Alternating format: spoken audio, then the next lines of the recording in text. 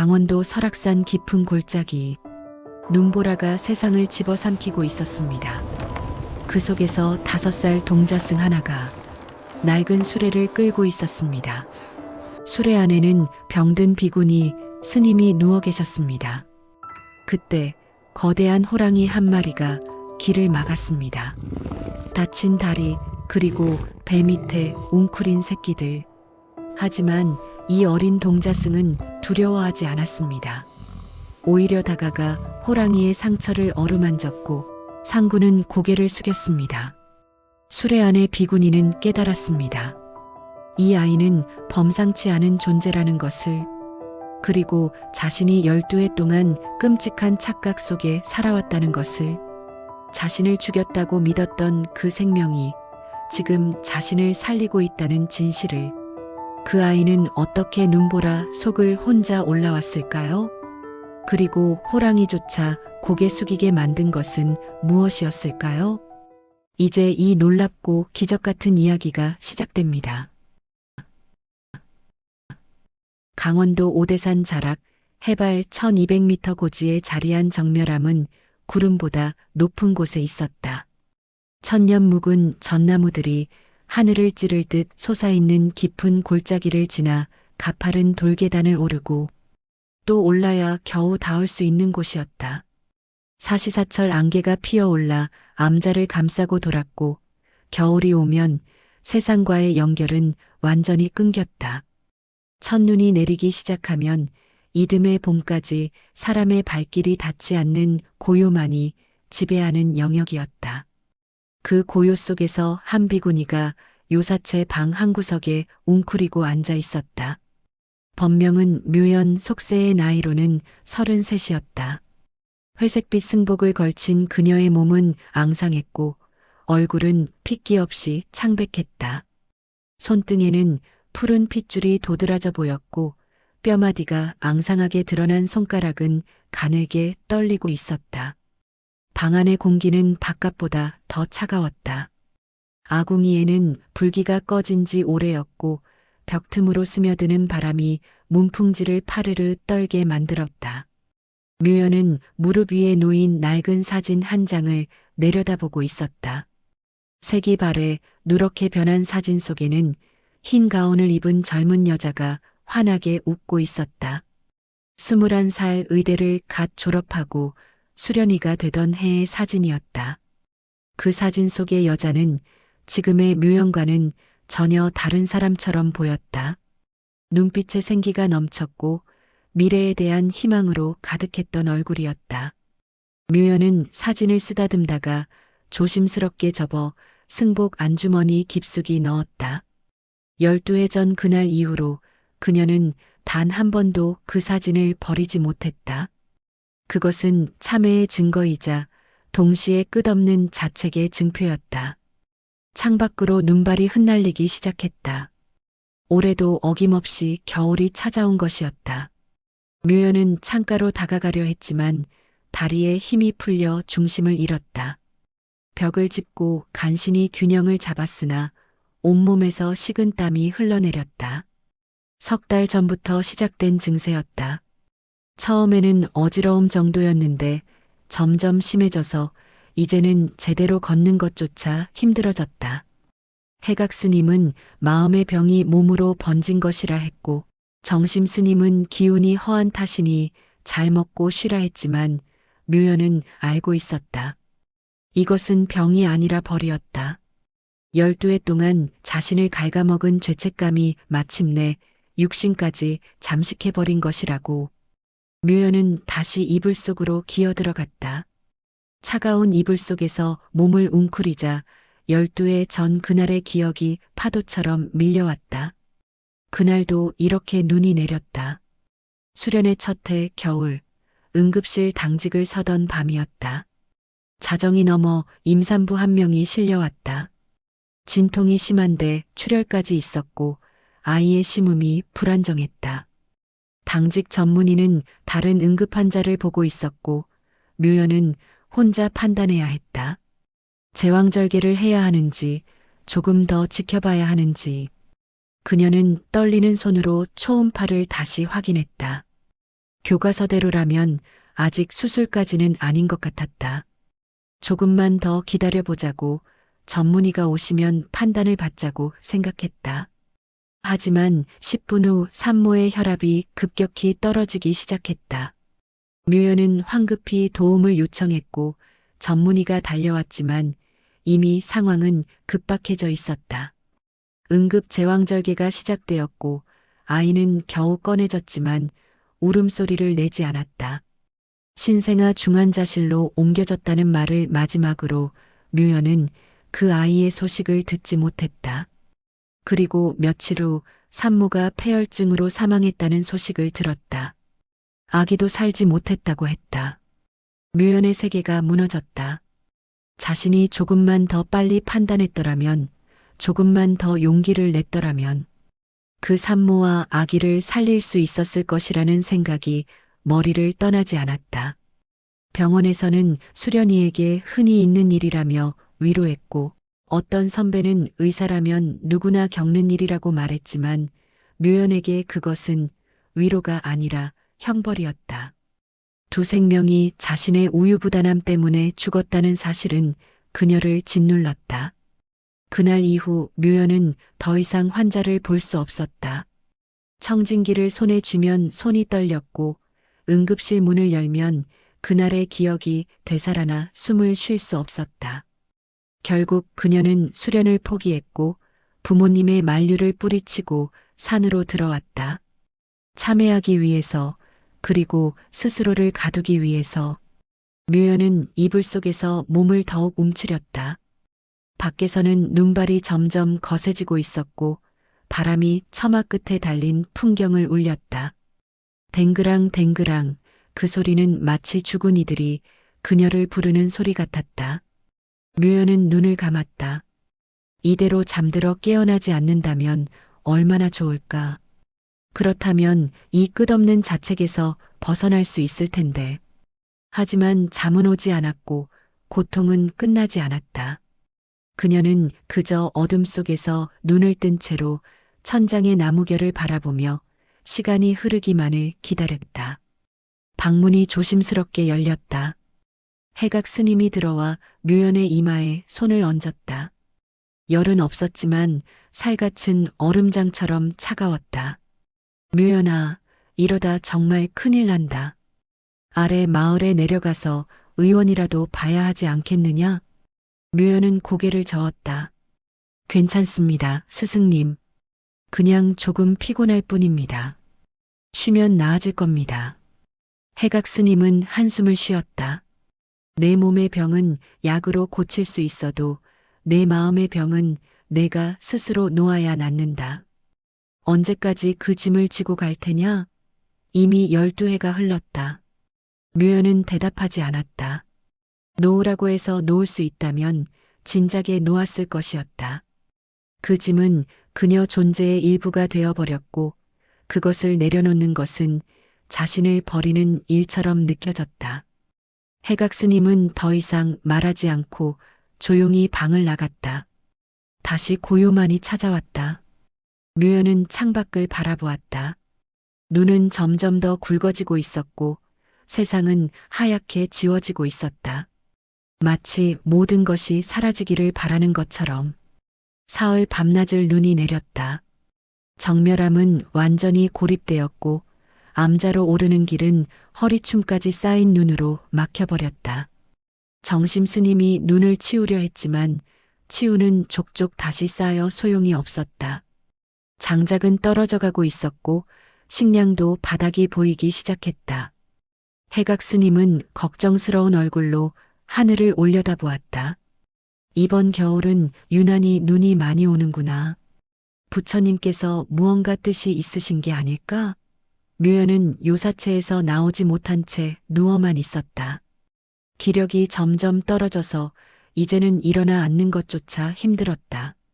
정심 스님이 죽을 쑤어와도 몇 숟가락 뜨지 못하고 다시 눕곤 했다. 해각 스님은 묘연의 방을 찾아와 손을 잡고 말했다. 묘연아, 이러다간 정말 안 되겠다.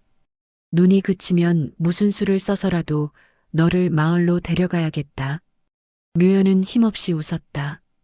스승님, 제가 무슨 자격으로 살겠습니까? 저는 사람을 살리는 의사였는데 오히려 죽였습니다. 그런 제가 살려고 발버둥 치는 것은 염치 없는 일 아닙니까? 해각 스님의 눈가에 물기가 맺혔다. 어리석은 것. 부처님께서는 누구에게나 다시 시작할 기회를 주신다. 내가 스스로를 가두는 것은 부처님의 자비를 거역하는 일이다. 하지만 묘연은 고개를 돌렸다. 그녀에게는 부처님의 자비조차 받을 자격이 없다고 느껴졌다. 해각 스님은 더 이상 말하지 못하고 한숨만 내쉬며 방을 나갔다. 그날 밤 눈보라가 거세게 몰아쳤다. 바람이 울부짖으며 암자를 흔들었고 기와 사이로 눈이 스며들어 천장에서 물이 떨어졌다. 묘연은 홀로 어둠 속에 누워 천장을 바라보았다. 이대로 눈에 묻혀 사라진다면 차라리 다행일지도 모른다는 생각이 들었다. 그때였다. 마당 쪽에서 이상한 소리가 들려왔다. 쿵. 무언가 무거운 것이 눈 위에 떨어지는 소리였다. 이어서 작은 발소리가 들렸다. 자박자박. 누군가 눈을 밟고 걸어오고 있었다. 묘연은 귀를 기울였다. 이 깊은 밤에 이 폭설 속에 누가 찾아온단 말인가? 한참 후 문 밖에서 작은 목소리가 들렸다. 계신가요? 묘연은 몸을 일으키려 했지만 힘이 없었다. 그녀는 떨리는 목소리로 대답했다. 누구십니까? 문이 조심스럽게 열렸다. 눈보라와 함께 차가운 바람이 휘몰아쳐 들어왔다. 어둠 속에서 작은 그림자 하나가 문지방을 넘어섰다. 묘연은 눈을 가늘게 뜨고 그 그림자를 바라보았다. 그것은 아이였다. 5살쯤 되어 보이는 여자아이가 온몸에 눈을 뒤집어 쓴 채 서 있었다. 아이의 얼굴은 추위로 빨갛게 상기되어 있었고 작은 손은 동상이 걸린 듯 퉁퉁 부어 있었다. 아이는 묘연을 보자 환하게 웃으며 말했다. 스님 찾았어요. 묘연은 숨이 막혔다. 이 눈보라 속을 어떻게 이 어린아이가 혼자 올라왔단 말인가? 아이는 문을 닫고 묘연에게 다가왔다. 그리고는 작은 손으로 묘연의 손을 잡았다. 스님, 손이 너무 차가워요. 제가 녹여드릴게요. 아이의 손은 차가웠지만 묘하게도 온기가 느껴졌다. 묘연은 떨리는 목소리로 물었다. 넌 누구니? 어떻게 여기까지 왔니? 부모님은 어디 계시니? 아이는 고개를 갸우뚱하며 대답했다. 저요? 저는 설아예요. 엄마가 여기 오라고 했어요. 아픈 스님 계시니까 도와드리라고요. 묘연의 가슴이 철렁 내려앉았다. 이 폭설 속에 아이를 혼자 보낸 부모가 어디 있단 말인가? 아이가 길을 잃고 헤매다가 우연히 이곳을 찾은 것일까? 묘연은 정신을 차리려 애쓰며 몸을 일으켰다. 설아야, 내 엄마 아빠는 어디 계시니? 같이 오지 않았니? 아이는 고개를 저었다. 엄마는 마을에 계세요. 저만 오라고 하셨어요.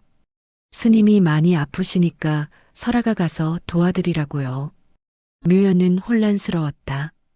이 아이의 말이 사실일 리 없었다. 어떤 부모가 이런 날씨에 5살 아이를 혼자 산에 보낸단 말인가? 하지만 아이는 여기 있었고 실제로 눈보라를 뚫고 올라왔다. 묘연은 떨리는 손으로 아이의 옷을 더듬었다. 젖은 속옷에서 물이 뚝뚝 떨어졌다. 이대로 두면 아이가 얼어 죽을 것이었다. 묘연은 남은 힘을 짜내어 일어섰다. 몸이 휘청거렸지만 벽을 짚고 간신히 균형을 잡았다. 설아야, 일단 젖은 옷부터 벗자. 얼어 죽겠다. 묘연은 떨리는 손으로 아이의 옷을 벗기고 마른 옷을 입혔다. 그리고 자신이 덮고 있던 이불로 아이를 감쌌다. 아이는 이불 속에서 옹알거리며 웃었다. 스님, 따뜻해요. 고마워요. 묘연은 아이를 안고 앉았다. 아이의 체온이 조금씩 올라오는 것이 느껴졌다. 한참을 그렇게 있다가 묘연은 조심스럽게 물었다. 설아야, 내 생일이 언제니? 아이는 이불 속에서 고개를 빼꼼 내밀며 대답했다. 잘 모르겠어요. 엄마가 눈 많이 오던 날이래요. 추운 겨울날이었대요. 묘연의 가슴이 쿵 내려앉았다. 눈 많이 오던 날. 추운 겨울날. 그것은 12해 전 그날과 똑같았다. 우연일까? 묘연은 아이의 얼굴을 자세히 들여다보았다. 아이는 까만 눈동자로 묘연을 올려다보며 웃고 있었다. 그 눈빛은 맑고 깊었다. 묘연은 가슴 한구석이 저려오는 것을 느꼈다. 설아야, 엄마가 뭐라고 하셨니? 왜 나를 도와야 한다고 하셨니? 아이는 잠시 생각하다가 대답했다. 엄마가 그러는데요. 스님이 저의 은인이래요. 스님 덕분에 제가 살았대요. 그러니까 이제 스님을 도와드려야 한대요. 묘연은 숨이 막혔다. 은인. 스님 덕분에 살았다. 그 말들이 머릿속을 맴돌았다. 하지만 그럴 리 없었다. 자신은 아무도 살리지 못했다. 오히려 죽였다. 묘연은 고개를 저으며 중얼거렸다. 아니야. 내 엄마가 잘못 알고 계신 거야. 나는 아무도 살린 적 없어. 오히려 아이는 묘연의 말을 끊으며 말했다. 엄마는 거짓말 안 해요. 엄마가 스님이 저를 살려줬다고 했어요. 그리고 스님한테 너무너무 고맙대요. 묘연의 눈에서 뜨거운 것이 흘러내렸다. 그녀는 아이를 꼭 안았다. 아이의 작은 몸에서 온기가 전해졌다. 그 온기는 12해 동안 얼어붙어 있던 묘연의 가슴에 닿았다. 설아야. 묘연은 떨리는 목소리로 불렀다. 설아는 묘연의 품에서 고개를 들어 물었다. 네, 스님. 묘연은 한참을 말없이 아이를 바라보다가 조용히 말했다. 자자. 일단 자야겠다. 내일 날이 밝으면 해각 스님께 말씀드려야지. 하지만 아이는 잠들지 않았다. 대신 품속에서 무언가를 꺼냈다. 작은 보자기에 쌓인 주먹밥 2개였다. 스님, 배고프시죠? 엄마가 싸주셨어요. 같이 먹어요. 묘연은 고개를 저었다. 나는 괜찮다. 내가 먹어라. 힘들었을 텐데. 하지만 아이는 고집을 부렸다. 스님도 드셔야 해요. 안 드시면 저도 안 먹을 거예요. 묘연은 어쩔 수 없이 주먹밥을 한 입 베어 물었다. 차가웠지만 구수한 맛이 입안에 퍼졌다. 3달 만에 처음으로 음식이 목구멍으로 넘어갔다. 아이는 환하게 웃으며 자신의 주먹밥도 우적우적 씹었다. 맛있죠? 엄마가 정성껏 만들었어요. 두 사람은 눈보라가 몰아치는 밤 좁은 방 안에서 주먹밥을 나눠 먹었다. 그것은 묘연이 12해 동안 느껴보지 못했던 따뜻함이었다. 다음 날 아침 눈보라는 멈췄지만 세상은 온통 하얗게 뒤덮여 있었다. 해각 스님과 정심 스님은 묘연의 방에 갑자기 나타난 아이를 보고 깜짝 놀랐다. 해각 스님은 설아를 자세히 살펴보며 물었다. 이 아이가 정말 혼자 이 눈보라를 뚫고 올라왔단 말이냐? 묘연은 고개를 끄덕였다. 믿기지 않으시겠지만 그렇습니다. 어젯밤 문을 두드렸을 때 이미 온몸에 눈을 뒤집어 쓴 채였습니다. 정심 스님이 설아에게 물었다. 설아야, 내 엄마 아빠는 어디 계시니? 혹시 길을 잃고 헤매고 계시는 건 아니니? 설아는 고개를 저었다. 엄마는 마을에 계세요. 저만 오라고 하셨어요. 해각 스님은 고개를 갸우뚱했다. 마을이라면 여기서 10리도 넘는 거리인데 어린아이가 혼자 이 눈 속을 어찌 왔단 말인가? 보통 일이 아니로구나. 해각 스님은 묘연을 바라보았다. 묘연아, 이 아이를 보니 무슨 생각이 드느냐? 묘연은 잠시 망설이다가 대답했다. 잘 모르겠습니다, 스승님. 다만 이 아이가 한 말이 자꾸 마음에 걸립니다. 자기 엄마가 제 덕분에 살았다고 그래서 저를 도우러 왔다고 했습니다. 해각 스님의 눈빛이 깊어졌다. 인연이로구나. 부처님께서 이 아이를 보내신 게 아닐까? 묘연은 고개를 저었다. 제가 무슨 자격으로 이 아이의 도움을 받겠습니까? 저는 이미 해각 스님이 묘연의 말을 끊었다. 자격을 따지는 것이 아니다. 인연을 받아들이는 것이다. 이 아이가 여기 온 데는 이유가 있을 것이다. 그 이유를 거부하는 것은 부처님의 뜻을 거역하는 일이다. 묘연은 입술을 깨물었다. 하지만 대답하지 못했다. 설아는 그 사이 정심 스님이 가져온 따뜻한 죽을 먹고 있었다. 아이는 맛있게 먹으며 중간중간 묘연을 돌아보며 웃었다.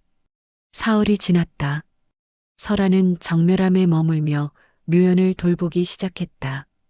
5살 아이가 할 수 있는 일은 많지 않았지만 아이는 자신이 할 수 있는 모든 것을 했다. 묘연이 누워 있으면 옆에 앉아 이야기를 해주었고 물이 필요하면 작은 손으로 물을 떠다 주었다. 밤이 되면 묘연의 등을 쓰다듬으며 자장가를 불렀다. 그 자장가는 묘하게도 묘연이 어디선가 들어본 듯한 가락이었다. 자장자장 우리 아기, 잘도 잔다 우리 아기. 눈이 와도 비가 와도 엄마 품은 따뜻해. 묘연은 그 노래를 들으며 가슴 한구석이 저려왔다. 어디서 들었을까? 언제 들었을까? 기억이 희미하게 떠올랐다가 사라지곤 했다. 어느 날 저녁 설아가 묘연에게 물었다. 스님, 왜 자꾸 슬픈 얼굴을 하세요?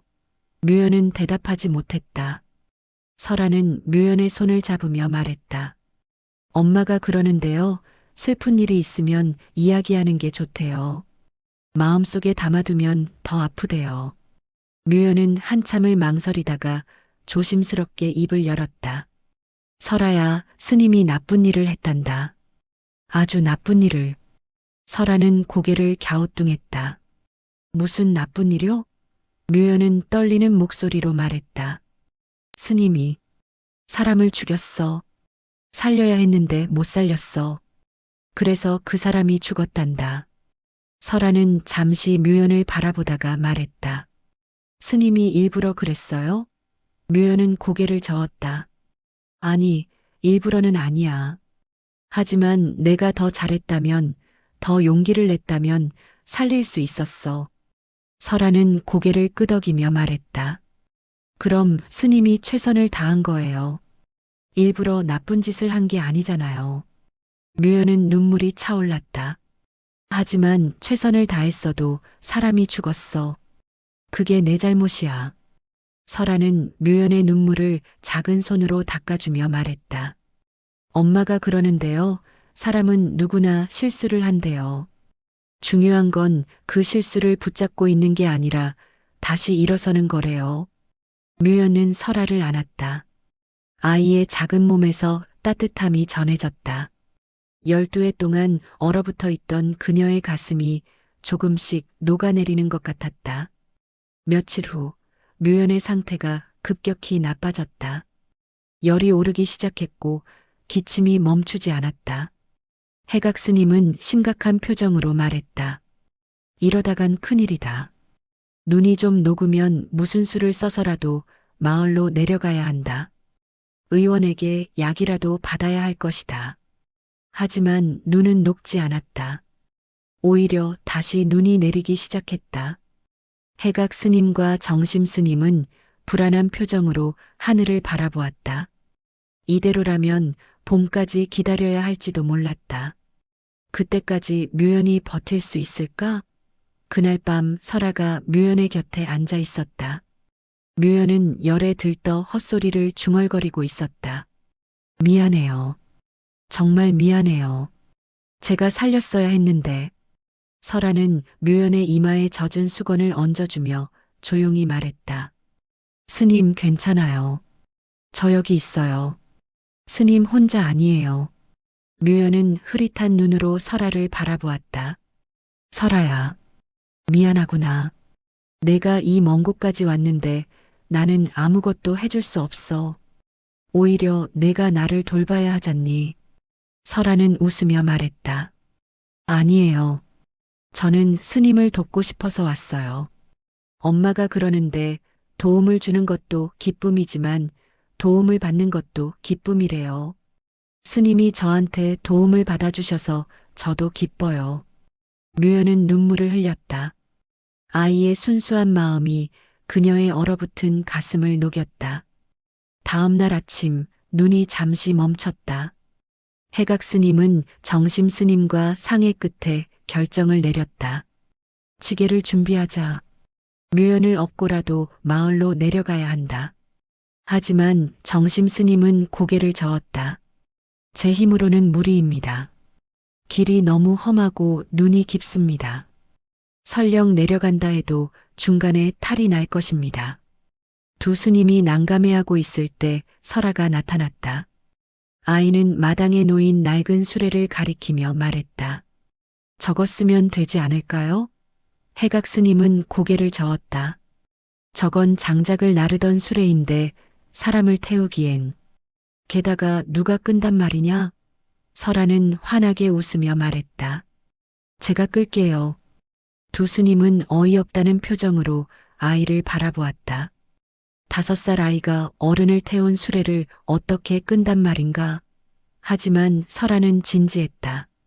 제가 할 수 있어요. 엄마가 그러는데 마음을 다하면 못할 일이 없대요. 해각 스님은 한숨을 쉬었다. 아이의 순수한 마음은 고마웠지만 현실적으로 불가능한 일이었다. 하지만 다른 방법도 없었다. 설아야, 내 마음은 고맙지만 그건 너무 위험하다. 설아는 고개를 저었다. 위험한 건 스님이 여기 계시는 거예요. 제가 모시고 갈게요. 꼭요. 결국 해각 스님은 허락했다. 다른 방법이 없었고 류연의 상태가 더 이상 지체할 수 없을 만큼 나빠졌기 때문이었다. 낡은 수레를 끌어내고 닦았다. 바퀴는 삐걱거렸고 손잡이는 흔들렸지만 그래도 굴러가기는 했다. 정심 스님은 수레 안에 두툼한 이불을 깔고 그 위에 류연을 조심스럽게 눕혔다. 류연은 희미한 의식 속에서 중얼거렸다. 안 됩니다. 이럴 수 없습니다. 설아가 다칠 수 있어요. 해각 스님이 류연의 손을 잡았다. 염려 마라. 부처님께서 지켜주실 것이다. 그리고 이 아이에게는 무언가 특별한 힘이 있는 것 같구나. 믿어보자. 설아는 술의 손잡이를 잡고서 있었다. 아이의 작은 손은 손잡이를 겨우 감쌀만 했다. 해각 스님이 걱정스러운 얼굴로 물었다. 설아야, 정말 할 수 있겠니? 힘들면 언제든 멈춰도 된다. 설아는 환하게 웃으며 대답했다. 네, 할 수 있어요. 엄마가 기다리고 계실 거예요. 수레가 움직이기 시작했다. 끽. 바퀴가 눈을 밟으며 소리를 냈다. 설아는 작은 몸으로 수레를 밀었다. 처음엔 천천히 그리고 점점 속도를 냈다. 해각 스님과 정심 스님은 입을 벌린 채 그 광경을 지켜보았다. 믿을 수 없었다. 5살 아이가 어른을 태운 수레를 정말로 끌고 가고 있었다. 설아야, 조심해라. 천천히 가거라. 해각 스님이 외쳤다. 설아는 뒤를 돌아보며 손을 흔들었다. 네, 걱정 마세요. 잘 다녀올게요. 수레는 일주문을 지나 산길로 접어들었다. 정멸함에서 마을로 내려가는 길은 가파르고 험했다. 평소에도 조심해야 하는 길인데 눈이 쌓여 있으니 더욱 위험했다. 류연은 수레 안에서 눈을 떴다. 희미한 의식 속에서 그녀는 설아의 뒷모습을 보았다. 작은 아이가 온 힘을 다해 수레를 끌고 있었다. 설아야, 힘들지? 류연이 약한 목소리로 물었다. 설아는 뒤를 돌아보지 않고 대답했다. 아니에요, 스님. 하나도 안 힘들어요. 스님은 가벼워요. 하지만 류연은 알고 있었다. 자신이 가볍지 않다는 것을. 비록 야위긴 했지만 어른의 몸무게는 아이에게 엄청난 짐일 것이었다. 설아야, 미안하구나. 내가 이렇게 짐이 되다니. 설아는 여전히 앞을 보며 말했다. 스님은 짐이 아니에요. 제가 모시고 싶어서 모시는 거예요. 짐은 억지로 지는 것이고 사랑은 기쁘게 지는 거래요. 묘연의 눈에서 눈물이 흘러내렸다. 아이의 말 한마디 한마디가 그녀의 가슴에 박혔다. 수레는 점점 더 깊은 산속으로 들어갔다. 눈이 쌓인 길은 미끄러웠고 나무뿌리와 돌이 숨어 있어 위험했다. 하지만 설아는 넘어지지 않았다. 마치 길을 환히 꿰뚫어 보기라도 하는 듯 조심스럽게 나아갔다. 1시간쯤 지났을까? 계곡이 나타났다. 겨울이라 물은 얼어붙어 있었지만 그 위로 눈이 덮여 어디가 얼음이고 어디가 바위인지 구분할 수 없었다. 설아는 수레를 멈추고 계곡을 살폈다. 스님, 여기를 건너야 해요. 묘연은 불안한 마음에 몸을 일으켰다. 계곡을 내려다보니 아찔했다. 만약 얼음이 깨진다면 둘 다 물에 빠질 것이었다. 설아야, 위험해. 다른 길을 찾자. 설아는 고개를 저었다. 다른 길은 없어요. 여기를 건너야 해요. 괜찮아요, 스님. 얼음이 우리를 받쳐줄 거예요. 설아는 조심스럽게 계곡으로 내려갔다. 수레바퀴가 얼음 위에 닿았다. 드득. 얼음이 갈라지는 소리가 들렸다. 묘연은 숨을 멈췄다. 설아야, 안 돼. 돌아가자. 하지만 설아는 멈추지 않았다. 아이는 한 발 한 발 조심스럽게 나아갔다. 얼음은 삐걱거렸지만 깨지지 않았다. 마치 아이의 무게를 알아채고 조심스럽게 받쳐주는 것 같았다. 묘연은 수레 안에서 떨고 있었다. 공포 때문이기도 했지만 다른 이유도 있었다. 이 차가운 계곡이 12해 전 그날의 응급실을 떠올리게 했다. 얼어붙은 공기, 차가운 금속 침대, 떨리는 손. 모든 것이 그날처럼 느껴졌다. 묘연은 눈을 질끈 감았다. 기억이 파도처럼 밀려왔다. 그날 밤 응급실의 형광등 불빛, 산모의 신음소리, 자신의 떨리는 손. 모든 것이 생생하게 되살아났다. 스님, 괜찮으세요? 설아의 목소리가 들렸다. 묘연은 눈을 떴다. 설아는 계곡 한가운데서 멈춰서서 뒤를 돌아보고 있었다. 스님, 지금 마음이 무거워지셨죠? 묘연은 대답하지 못했다. 어떻게 알았을까? 설아는 수레를 내려놓고 묘연에게 다가왔다. 스님, 얼음처럼 꽁꽥 얼어붙으면 못 움직여요. 녹여야 해요. 묘연은 떨리는 목소리로 물었다. 어떻게 녹이니? 설아는 묘연의 손을 잡았다. 따뜻한 것으로요. 스님, 그날 일 떠올리지 마세요. 그날은 지나갔어요. 지금은 오늘이에요. 묘연은 고개를 저었다. 하지만 그날 때문에 사람이 죽었어. 내가. 설아는 묘연의 손을 꼭 쥐었다. 스님, 얼음도 봄 되면 녹아요. 물이 되어 흘러가요. 그럼 그 물은 꽃을 피워요. 나무를 살려요. 스님의 그날도 그래요. 아팠지만 그 아픔이 스님을 여기까지 오게 했어요. 그리고 저를 만나게 했어요. 묘연은 설아를 바라보았다. 아이의 눈은 맑고 깊었다. 그 눈빛을 보고 있자니 얼어붙었던 무언가가 조금씩 녹아내리는 것 같았다. 설아야. 응, 스님. 고맙다. 설아는 환하게 웃었다. 천만에요. 이제 가요. 조금만 더 가면 계곡 끝나요. 수레가 다시 움직였다. 설아는 조심스럽게 계곡을 건넜다. 얼음은 끝까지 깨지지 않았다. 마침내 반대편 땅에 도착했을 때 묘연은 안도의 한숨을 내쉬었다. 설아는 뒤를 돌아보며 얼음에게 말했다. 고마워요, 얼음 할아버지. 덕분에 무사히 건넜어요. 묘연은 그 모습을 보며 미소 지었다. 설아는 세상 모든 것에게 고마움을 표했다. 나무에게도, 돌에게도, 바람에게도. 그 순수함이 묘연의 가슴을 따뜻하게 했다. 계곡을 지나자 길은 조금 완만해졌다. 하지만 눈은 더 깊었다. 설아의 짧은 다리로는 눈을 헤치기가 쉽지 않았다.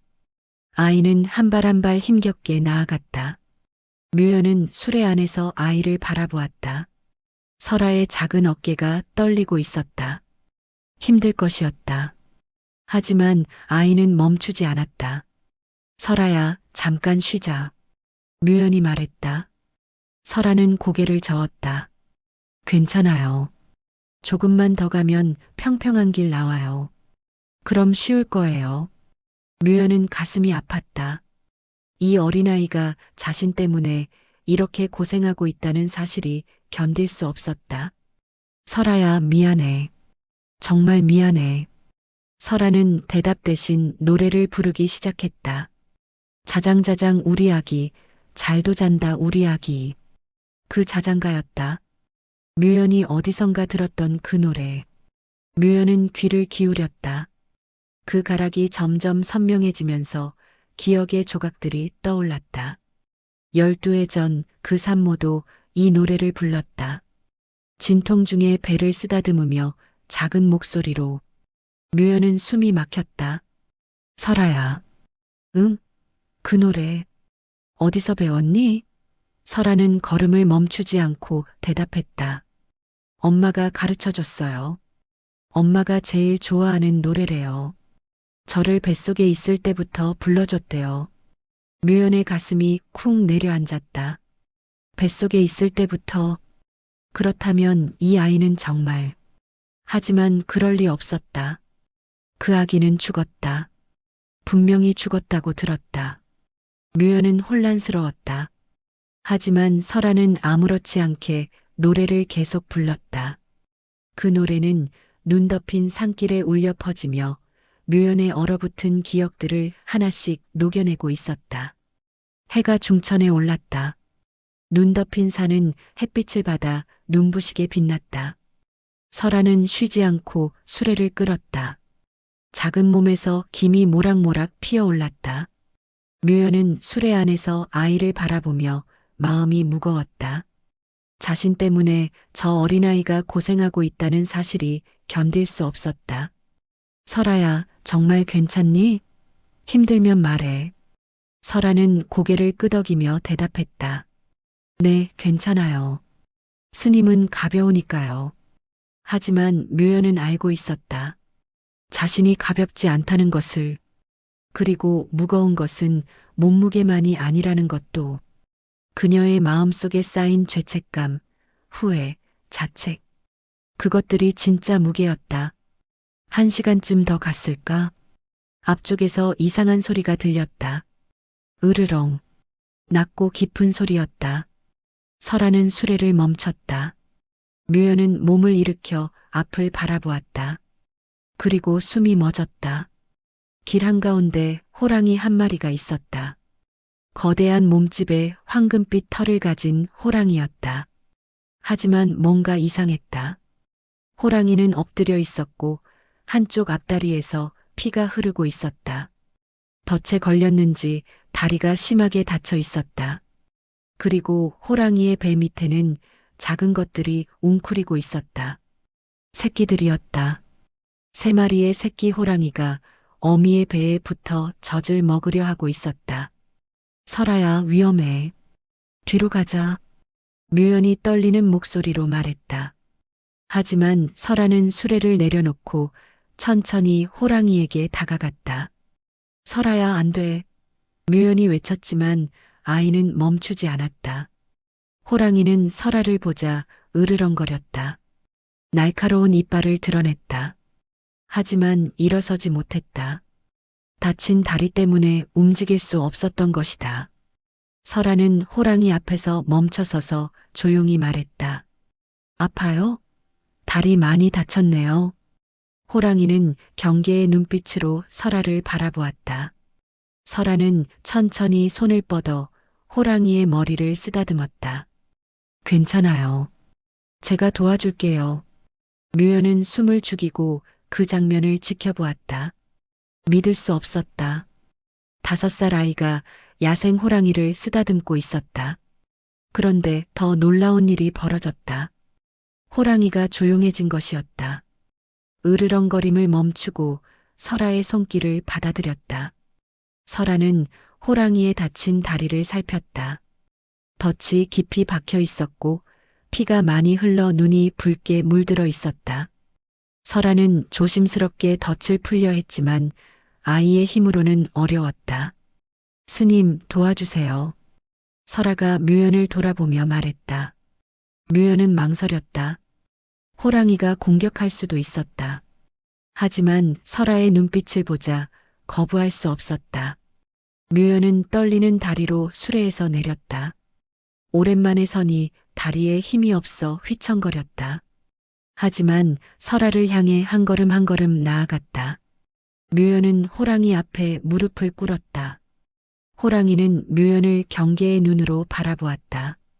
묘연은 떨리는 손을 뻗어 덫을 잡았다. 쇠로 된 덫은 차가웠고 무거웠다. 묘연은 힘을 주어 덫을 벌렸다. 호랑이가 아픔에 으르렁거렸지만 공격하지 않았다. 마침내 덫이 풀렸다. 호랑이의 다리가 자유로워졌다. 하지만 상처는 깊었다.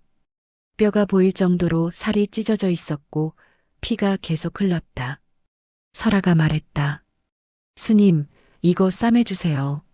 묘연은 자신의 승복 자락을 찢었다. 그리고 호랑이의 다리를 조심스럽게 감싸 동염했다. 12해 전 병원에서 환자를 돌보던 손길이 되살아났다. 떨리던 손이 점점 안정을 찾았다.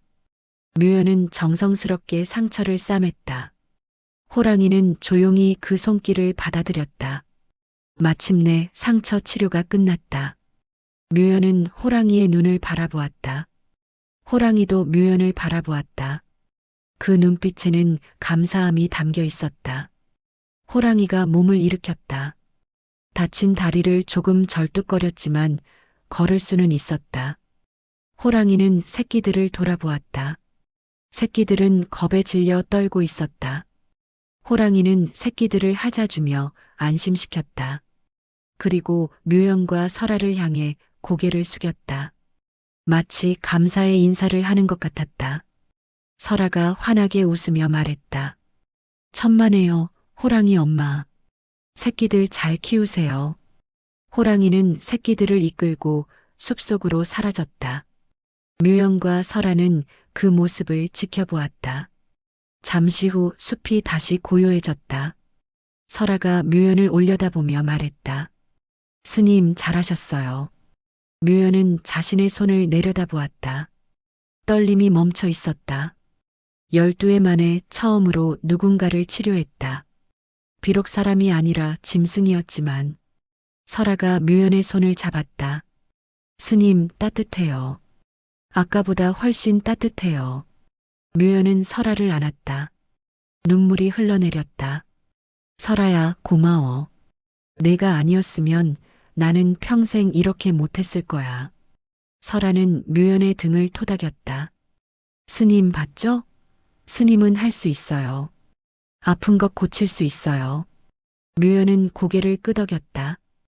호랑이를 보면서 깨달았다. 호랑이는 아팠지만 새끼를 지켰다. 고통 속에서도 포기하지 않았다. 자신도 그래야 했다. 아팠던 과거 때문에 지금을 포기해서는 안 됐다. 스님, 호랑이 엄마 봤어요? 아파도 새끼 지켰어요. 설아가 말했다. 묘연은 고개를 끄덕였다. 그래, 봤어. 설아가 묘연의 손을 잡고 말했다. 엄마가 그러는데요. 누구나 다 아프대요. 중요한 건 아파도 사랑을 포기하지 않는 거래요. 스님도 그랬을 거예요. 아팠지만 최선을 다했을 거예요. 묘연의 가슴이 뜨거워졌다. 설아의 말이 그녀의 마음 깊은 곳을 건드렸다. 그래, 나도 최선을 다했어.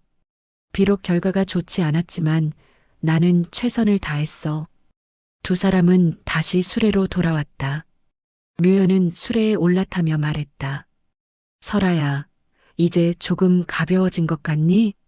설아는 술의 손잡이를 잡으며 웃었다. 네, 훨씬 가벼워요. 깃털처럼 가벼워요. 해가 서쪽으로 기울기 시작했다. 그림자가 길어지고 공기가 더 차가워졌다. 설아는 여전히 수레를 끌고 있었다. 아이의 작은 어깨는 땀에 젖어 있었지만 걸음은 흔들리지 않았다. 묘연은 수레 안에서 설아를 바라보며 생각에 잠겼다. 이 아이는 정말 누구일까? 평범한 5살 아이가 아닌 것은 분명했다. 호랑이를 다루는 모습, 험한 길을 헤쳐나가는 모습, 그리고 무엇보다 하는 말 한마디 한마디가 깊은 지혜를 담고 있었다. 혹시 정말로 12해 전 그 아기가? 하지만 묘연은 그 생각을 떨쳐냈다. 불가능했다. 죽었다고 분명히 들었으니까. 하지만 의심은 가시지 않았다. 1시간쯤 더 갔을 때 앞에 계곡이 나타났다. 그런데 이번에는 다리가 있었다. 하지만 그것은 제대로 된 다리가 아니었다. 통나무 하나가 계곡 양쪽에 걸쳐져 있을 뿐이었다. 외나무 다리였다. 계곡 아래로는 물이 흐르고 있었다. 겨울인데도 완전히 얼지 않은 급류였다.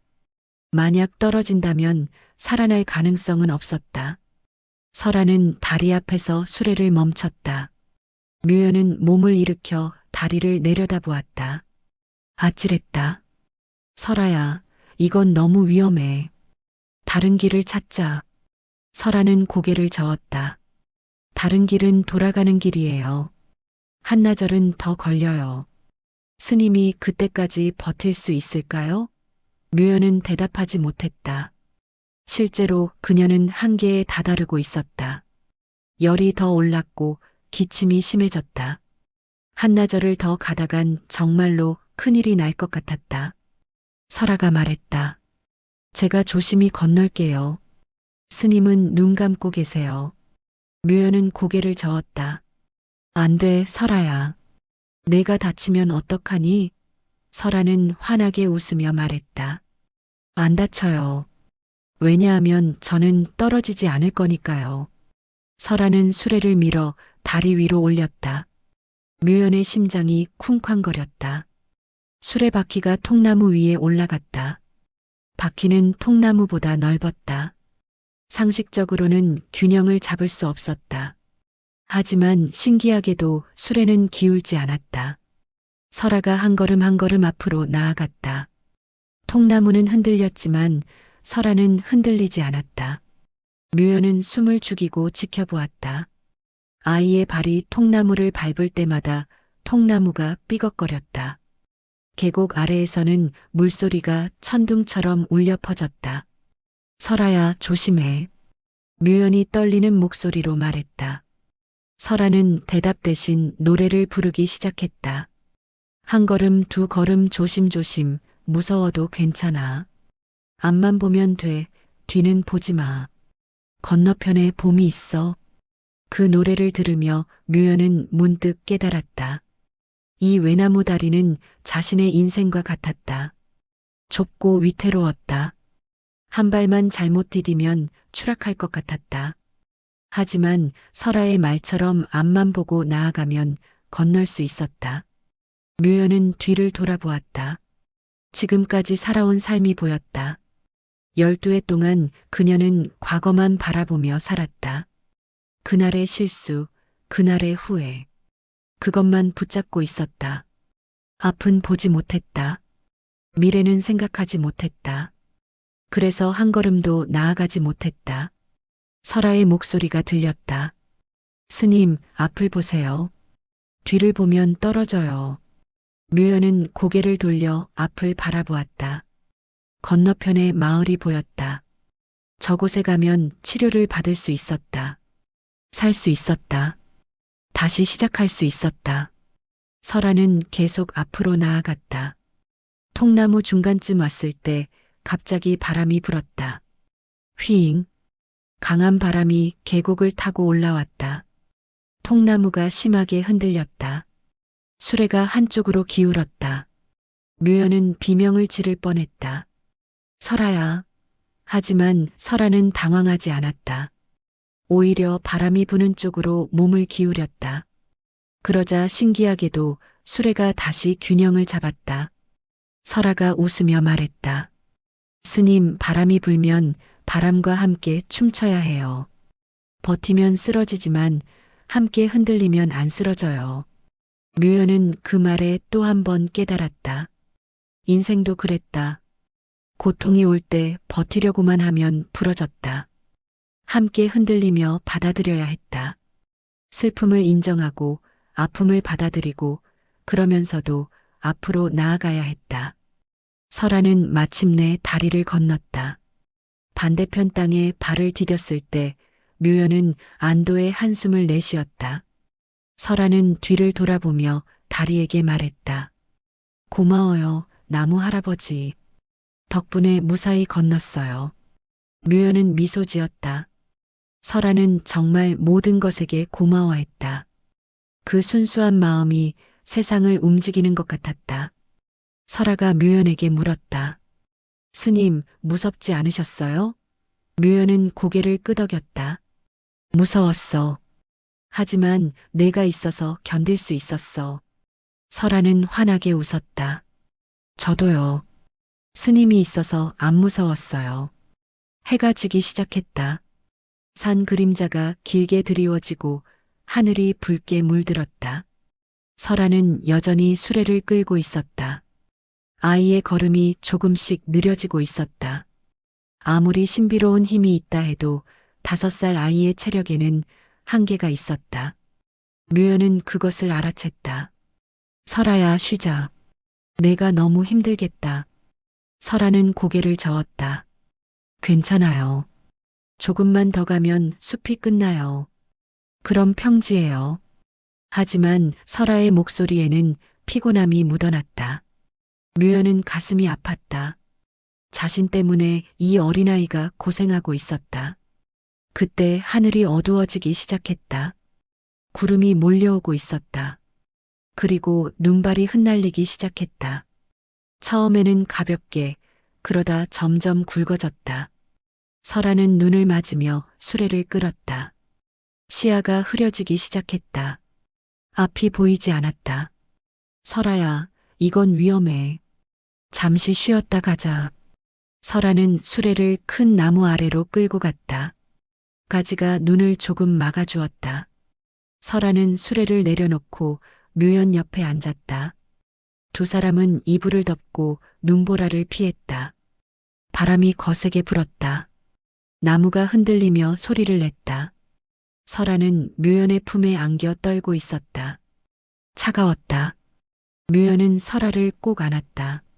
설아야, 괜찮아. 조금만 기다리면 눈 그칠 거야. 하지만 눈은 그치지 않았다. 오히려 더 거세졌다. 세상이 하얗게 지워지고 있었다. 묘연은 눈보라를 바라보며 멍하니 있었다. 그리고 기억이 떠올랐다. 12해 전 그날도 이렇게 눈이 내렸다. 응급실에서 근무를 마치고 나왔을 때 세상은 눈으로 뒤덮여 있었다. 묘연은 차를 타고 집으로 가려 했다. 하지만 눈 때문에 길이 막혀 있었다. 그녀는 차 안에 앉아 눈을 바라보았다. 그때 전화가 왔다. 병원이었다. 그 산모가 폐혈증으로 사망했다는 소식이었다. 묘연은 전화를 끊고 울었다. 눈보라 속에서 혼자 울었다. 아무도 위로해주지 않았다. 아무도 이해해주지 않았다. 그녀는 혼자였다. 묘연은 현재로 돌아왔다. 눈보라가 여전히 몰아치고 있었다. 하지만 이번에는 달랐다. 혼자가 아니었다. 품속에 설아가 있었다. 따뜻한 생명이 있었다. 설아가 묘연을 올려다보며 물었다. 스님, 왜 우세요? 묘연은 눈물을 닦았다. 울고 있었는지도 몰랐다. 아니야, 안 울어. 그냥 눈보라가 그날을 생각나게 해서. 설아가 물었다. 어떤 날이요? 묘연은 잠시 망설이다가 말했다. 12해 전 스님이 실수한 그날. 그날도 이렇게 눈이 왔어. 설아는 묘연의 손을 잡았다. 스님, 그날은 지나갔어요. 지금은 오늘이에요. 묘연은 고개를 끄덕였다. 알아. 하지만 자꾸 그날로 돌아가게 돼. 설아가 말했다. 엄마가 그러는데요. 과거는 집이 아니래요. 잠깐 들르는 곳이래요. 너무 오래 있으면 안 된대요. 묘연은 설아를 바라보았다. 과거는 집이 아니다. 그 말이 가슴에 박혔다. 자신은 12해 동안 과거에 살고 있었다. 그곳을 집으로 삼고 있었다. 설아야, 너는 정말 5살이 맞니? 어떻게 이런 말을 할 수 있니? 설아는 웃으며 대답했다. 엄마가 가르쳐 줬어요. 엄마는 많이 알아요. 묘연이 물었다. 내 엄마는 어떤 분이니? 설아는 잠시 생각하다가 대답했다. 엄마는요, 항상 웃어요. 힘들어도 웃어요. 그리고 저한테 그래요. 설아야, 우리는 살아있어서 행복하다고. 묘연의 가슴이 뜨거워졌다. 살아있어서 행복하다. 그 말이 그녀의 마음을 흔들었다. 자신은 살아있으면서도 죽은 것처럼 살았다. 행복을 느끼지 못했다. 설아가 묘연의 품에서 몸을 일으켰다. 스님, 저기 봐요. 묘연은 설아가 가리키는 곳을 보았다. 눈보라 사이로 희미한 불빛이 보였다. 마을이었다.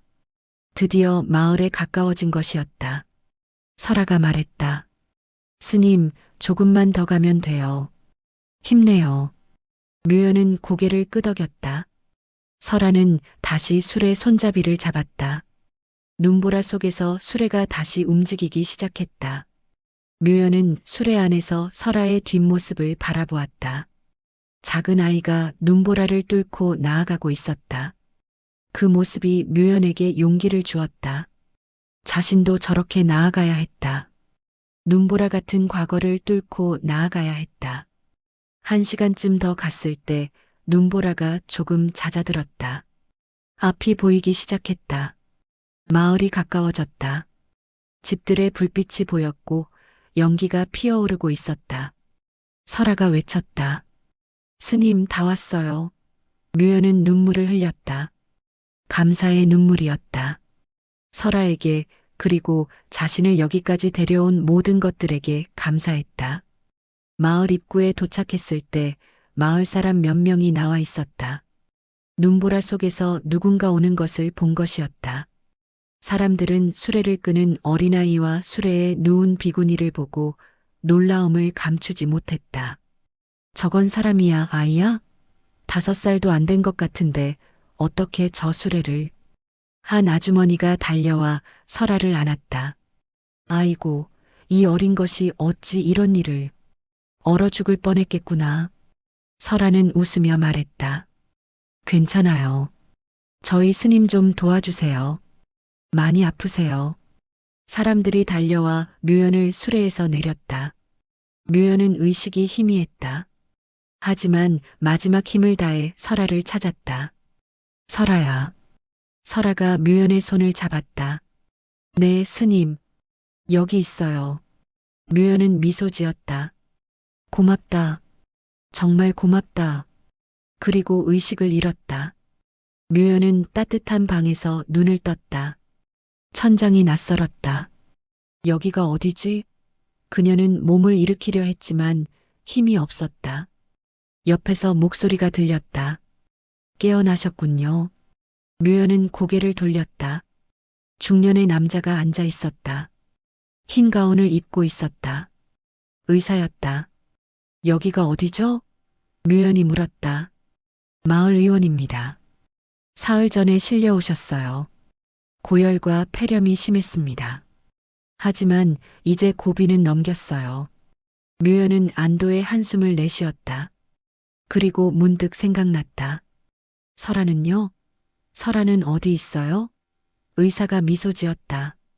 그 꼬마요? 밖에서 놀고 있어요. 스님이 깨어나기만 기다렸는데 이제 좋아하겠네요. 의사가 문을 열고 밖을 향해 소리쳤다. 설아야, 스님 깨어나셨다. 잠시 후 설아가 뛰어들어왔다. 스님, 설아는 묘연의 곁으로 달려와 손을 잡았다. 깨어나셨어요. 저 걱정했어요. 묘연은 설아를 안았다. 미안해, 설아야. 걱정 끼쳤구나. 설아는 고개를 저었다. 아니에요.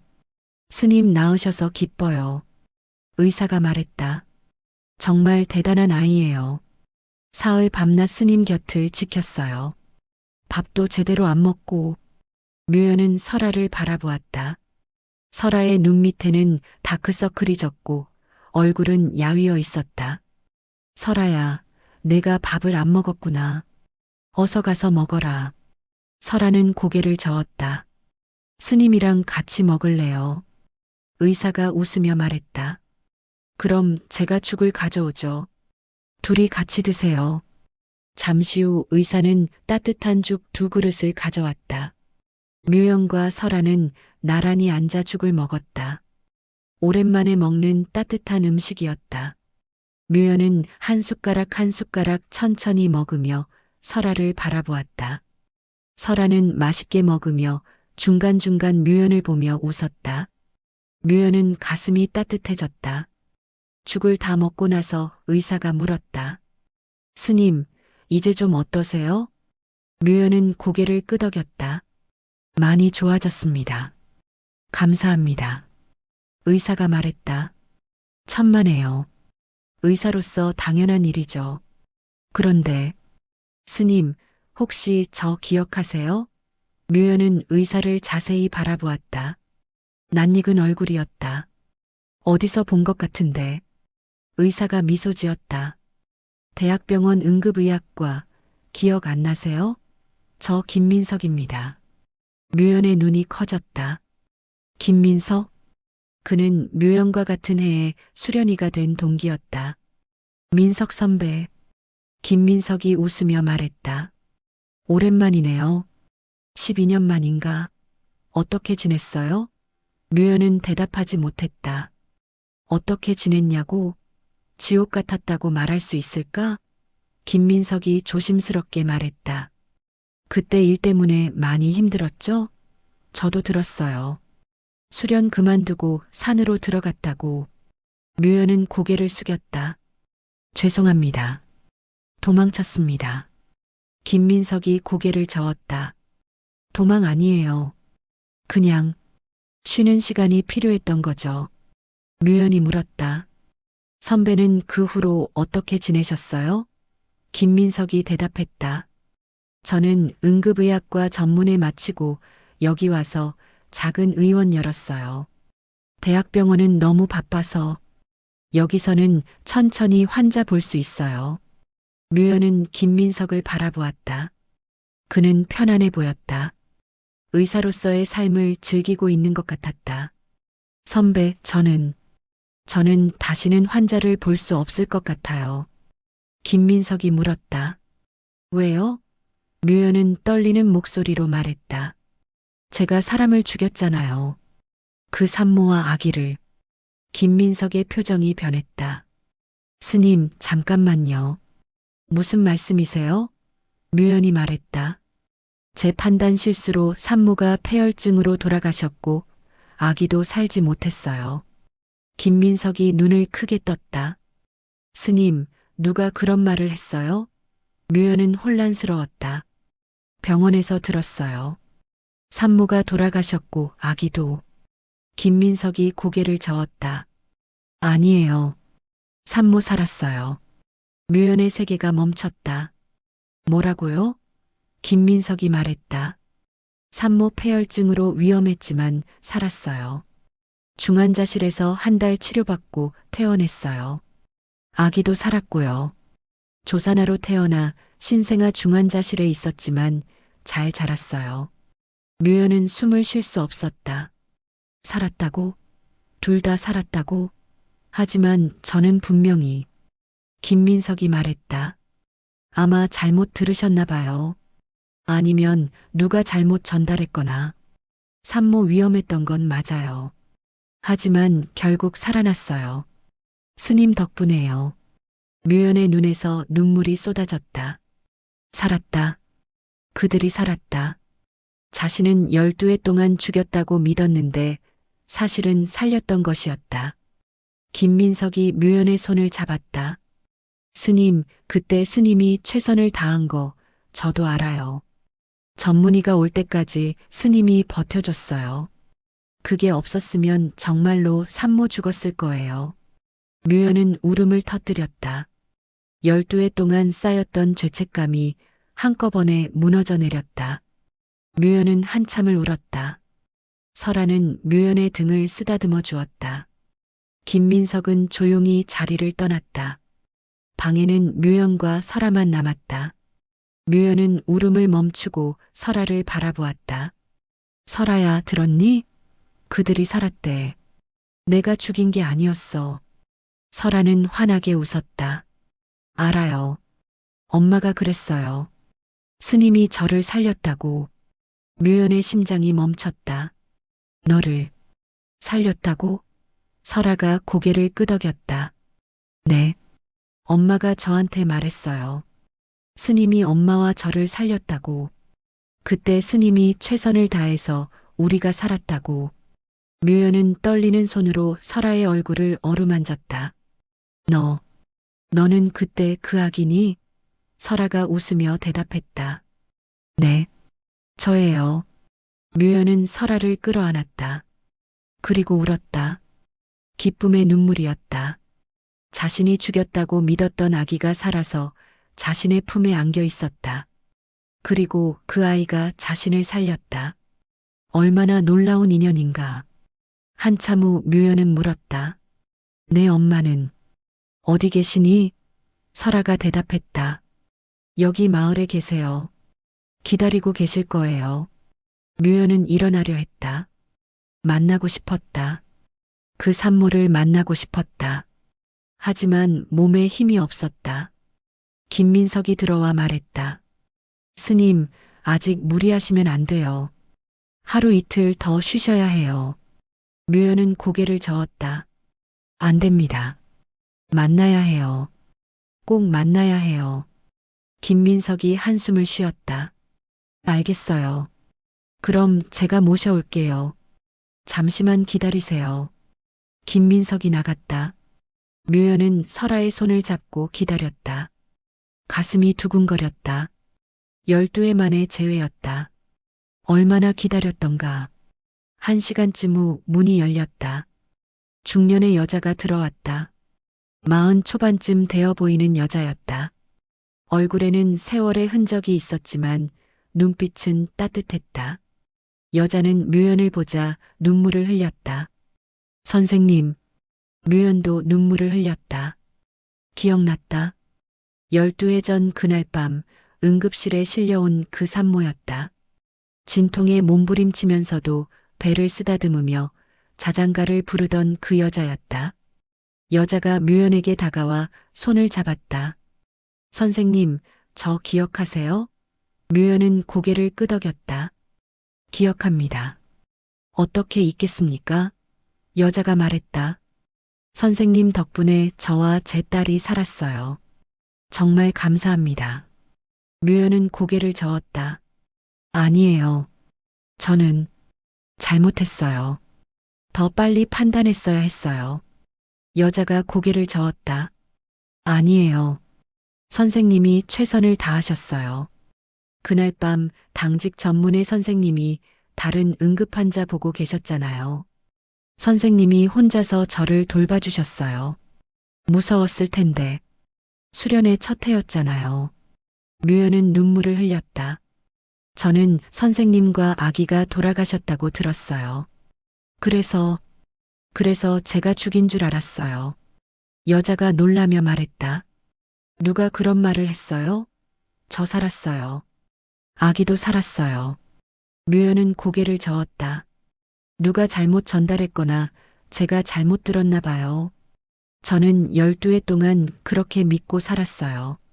여자는 묘연의 손을 꼭 잡았다. 선생님, 정말 미안해요.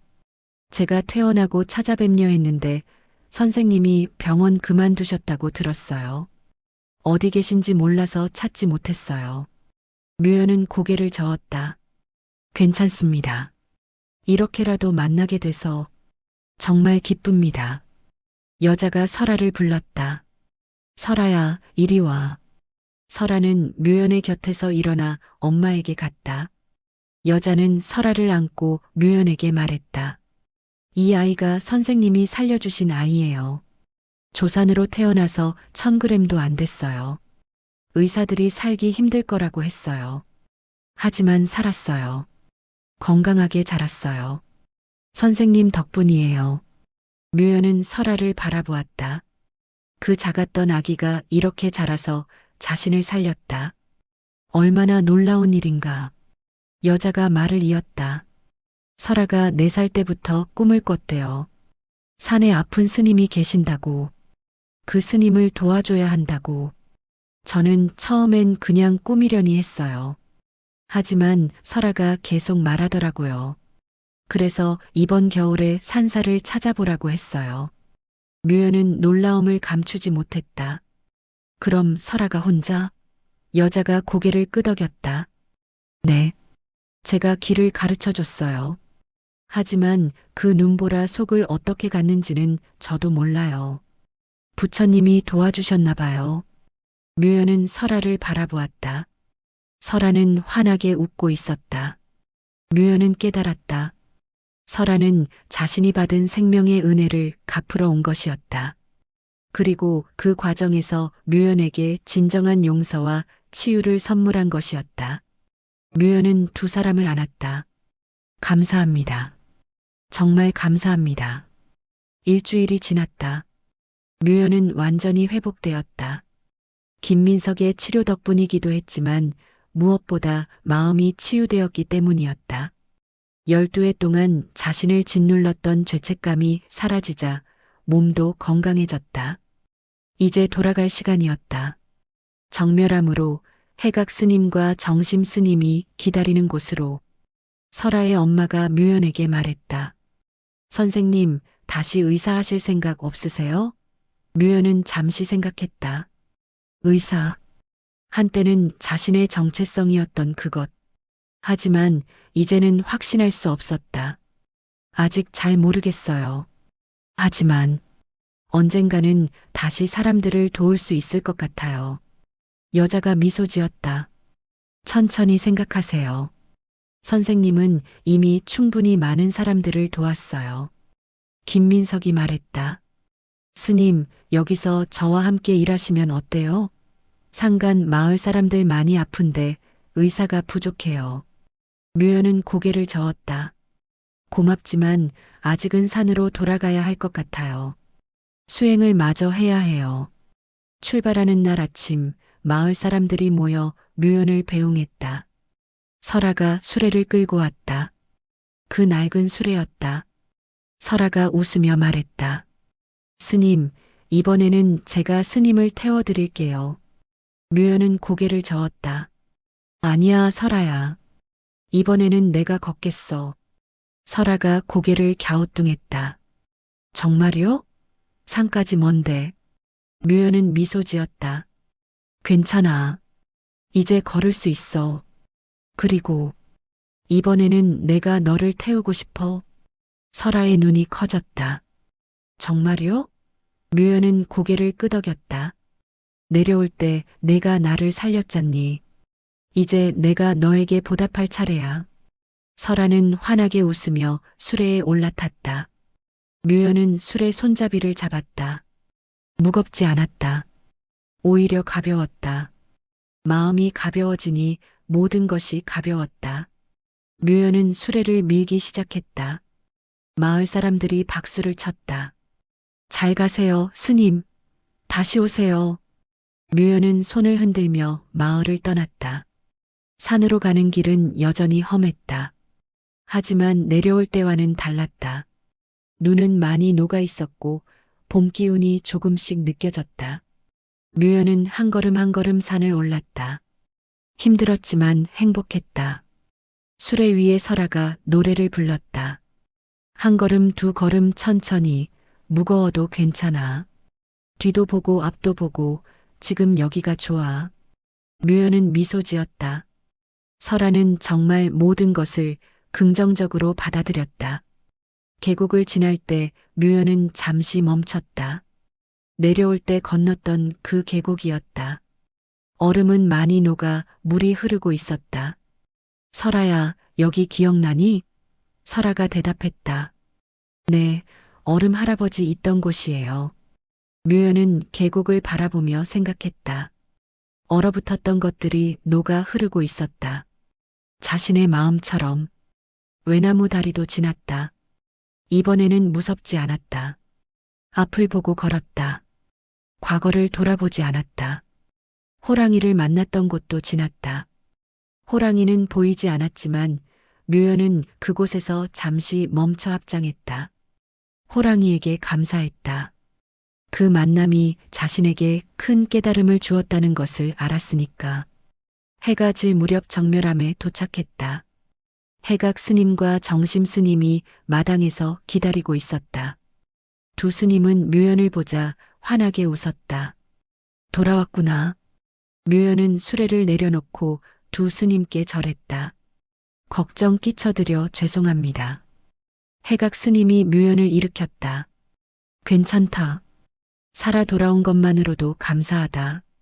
그런데 얼굴빛이 많이 좋아졌구나. 묘연은 미소 지었다. 네, 스승님. 이제 괜찮습니다. 해각 스님은 묘연의 눈을 들여다보았다. 그리고 알았다. 이 제자가 마침내 자신을 용서했다는 것을. 설아가 수레에서 내려 두 스님께 절했다. 안녕하세요. 저 설아예요. 해각 스님이 설아의 머리를 쓰다듬었다. 고맙구나, 설아야. 내가 우리 묘연을 살렸구나. 설아는 고개를 저었다. 아니에요. 스님이 저를 먼저 살렸어요. 저는 보답한 것뿐이에요. 해각 스님은 고개를 끄덕였다. 인연이로구나. 주고받는 것이 인연이다. 저녁 공양 시간, 네 사람은 함께 밥을 먹었다. 묘연은 오랜만에 맛있게 밥을 먹었다. 설아도 잘 먹었다. 공양 후 해각 스님이 물었다. 묘연아, 이제 어찌할 생각이냐? 묘연은 잠시 생각했다. 아직 확실하지 않습니다. 하지만 언젠가는 다시 사람들을 돕고 싶습니다. 해각 스님이 미소 지었다. 그래, 그것이 내 길이다. 수행은 산속에만 있는 것이 아니다. 세상 속에서 중생을 돕는 것도 수행이다. 묘연은 고개를 끄덕였다. 알겠습니다, 스승님. 설아는 사흘 동안 정멸암에 머물렀다. 그리고 엄마에게 돌아가야 할 시간이 왔다. 떠나는 날 아침, 묘연은 설아를 안았다. 설아야, 정말 고마워. 내가 없었으면 나는 여전히 어둠 속에 있었을 거야. 설아는 웃으며 말했다. 아니에요, 스님. 스님이 먼저 저를 살렸어요. 저는 그 은혜를 갚은 것뿐이에요. 묘연은 눈물을 흘렸다. 설아야, 다시 만날 수 있을까? 설아는 고개를 끄덕였다. 네, 만날 수 있어요. 스님이 원하시면 언제든지. 묘연은 설아에게 작은 염주 하나를 주었다. 이거 가지고 있어. 스님이 준 거야. 설아는 염주를 받아 목에 걸었다. 고마워요, 스님. 소중히 할게요. 설아는 산을 내려갔다. 묘연은 일주문에서 오랫동안 손을 흔들었다. 설아의 작은 모습이 시야에서 사라질 때까지. 겨울이 지나고 봄이 왔다. 정멸암 주변에 눈이 녹고 새싹이 돋아났다. 진달래가 피고 새들이 돌아왔다. 묘연은 매일 마당을 쓸고 밭을 일구었다. 몸이 건강해졌다. 마음도 가벼웠다. 어느 날 묘연은 수레를 마당 한 구석으로 옮겼다. 낡고 삐걱거리는 수레였지만 버릴 수 없었다. 이 수레는 단순한 물건이 아니었다. 그것은 자신의 여정을 함께한 동반자였다. 묘연은 수레 안에 흙을 채웠다. 그리고 씨앗을 뿌렸다. 약초 씨앗이었다. 김민석이 보내준 것이었다. 매일 물을 주고 돌보았다. 며칠 후 작은 새싹이 돋아났다. 묘연은 그 새싹을 보며 미소 지었다. 고통의 도구였던 수레가 생명을 키우는 자리가 되었다. 어느 날 해각 스님이 묘연을 불렀다. 묘연아, 이리 와 앉아라. 묘연은 해각 스님 앞에 앉았다. 해각 스님이 말했다. 너 이제 떠날 때가 된 것 같구나. 묘연은 놀라지 않았다. 이미 알고 있었다. 스승님, 해각 스님이 미소 지었다. 내 길은 여기가 아니다. 내 길은 세상 속에 있다. 사람들을 돕는 것이 내 수행이다. 묘연은 고개를 숙였다. 스승님 은혜를 어찌 갚겠습니까? 해각 스님이 묘연의 손을 잡았다. 은혜는 갚는 것이 아니라 다른 이에게 전하는 것이다. 내가 사람들을 도우면 그것이 나에 대한 보답이다. 묘연은 눈물을 흘렸다. 알겠습니다, 스승님. 한 달 후 묘연은 정멸암을 떠났다. 승복을 벗고 평상복을 입었다. 머리는 여전히 짧았지만 이제 비구니가 아니었다. 그녀는 다시 의사가 되기로 했다. 김민석의 의원에서 함께 일하기로 했다. 상간 마을 사람들을 돕기로 했다. 떠나는 날 아침 정심 스님이 묘연을 배웅했다. 잘 가거라. 가끔 소식 전해라.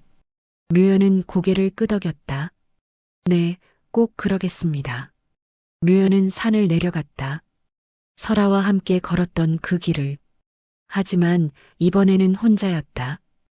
혼자였지만 외롭지 않았다. 가슴속에 많은 것들을 품고 있었으니까. 설아의 웃음, 호랑이의 눈빛, 계곡의 물소리, 외나무 다리의 흔들림. 모든 것이 자신을 만들었다. 마을에 도착했을 때 설아가 달려와 안겼다. 스님, 아니, 이제는 선생님이죠? 묘연은 웃으며 설아를 안았다. 그래, 이제는 선생님이다. 설아의 엄마도 나와 묘연을 맞이했다. 환영합니다, 선생님. 묘연은 고개를 숙였다. 감사합니다. 잘 부탁드립니다. 묘연은 김민석의 의원에서 일하기 시작했다. 처음에는 떨렸다. 환자를 대하는 것이 두려웠다. 하지만 설아가 옆에서 응원했다. 선생님 할 수 있어요. 선생님은 사람을 살리는 분이에요. 묘연은 용기를 냈다. 한 명 한 명 환자를 정성껏 돌보았다. 실수할까 두려웠지만 최선을 다했다. 시간이 흘렀다. 1년, 2년, 3년. 묘연은 마을 사람들에게 없어서는 안 될 의사가 되었다. 사람들은 그녀를 신뢰했다. 그녀도 자신을 신뢰하게 되었다. 어느 날 묘연은 정멸암을 찾았다. 해각 스님을 뵙기 위해서. 하지만 해각 스님은 이미 입적하셨다고 했다. 정심 스님이 말했다. 평화롭게 가셨어. 마지막 말씀이 너에 대한 것이었어. 묘연이가 제 길을 찾았으니 이제 나도 편히 갈 수 있다고 하셨어. 묘연은 해각 스님의 영정 앞에서 절했다. 스승님 감사합니다. 잘 가십시오. 묘연은 마당의 수레를 보았다. 수레 안에는 약초가 무성하게 자라 있었다. 보라색 꽃이 피어 있었다. 구절초였다. 묘연은 수레를 쓰다듬었다. 고마워. 너도 수고했어. 10년이 흘렀다. 묘연은 상간 무료 진료소를 열었다. 가난한 사람들을 돌보았다. 설아는 중학생이 되었다. 건강하고 밝게 자랐다. 어느 날 설아가 묘연에게 물었다. 선생님, 후회 없으세요? 묘연은 미소 지었다. 후회? 설아가 말했다. 그때 일요. 12해 동안 힘들었잖아요. 묘연은 고개를 저었다. 후회 없어. 그 시간이 나를 만들었어. 아픔이 없었다면 지금의 나도 없었을 거야. 설아는 웃으며 묘연을 안았다. 선생님 사랑해요. 묘연도 설아를 안았다. 나도 사랑해, 설아야. 어느 봄날 묘연은 다시 정멸암을 찾았다. 수레가 여전히 마당에 있었다. 꽃이 만발해 있었다. 묘연은 수레 앞에 앉아 생각에 잠겼다. 이 수레는 짐을 나르던 도구였다. 하지만 이제는 생명을 키우는 자리가 되었다. 자신도 그랬다. 죄책감이라는 짐을 지고 있었다. 하지만 이제는 사랑을 나누는 사람이 되었다. 묘연은 수레에 물을 주었다. 꽃들이 햇빛을 받아 반짝였다. 바람이 불어와 꽃잎을 흔들었다. 묘연은 눈을 감고 바람을 느꼈다. 평화로웠다. 멀리서 풍경 소리가 들렸다. 댕그랑 댕그랑. 그 소리는 이제 두렵지 않았다. 오히려 위로가 되었다. 묘연은 눈을 떴다. 하늘을 올려다보았다. 구름이 천천히 흘러가고 있었다. 그 구름은 수레바퀴 모양 같기도 했다. 묘연은 미소 지었다. 일어서서 산을 내려갔다. 마을로, 사람들이 있는 곳으로, 자신이 있어야 할 곳으로. 수레는 여전히 그 자리에 남아 꽃을 피웠다. 봄이 오고 여름이 오고 가을이 오고 겨울이 와도 그 자리에서 조용히 생명을 키웠다. 사람들은 그 수레를 보며 이야기했다. 옛날에 한 비구니가 어린아이에게 이끌려 이 수레를 타고 산을 내려갔다고. 그리고 치유를 받았다고. 그 수레는 이제 기적의 수레가 되었다고. 하지만 묘연은 알고 있었다. 기적은 수레에 있지 않았다. 기적은 서로를 짊어지고 함께 가는 마음에 있었다. 사랑에 있었다. 용서에 있었다. 그리고 다시 시작할 용기에 있었다. 수레는 오늘도 그 자리에서 꽃을 피운다. 보랏빛 구절초가 바람에 흔들린다. 그 꽃말은 영원한 사랑이다.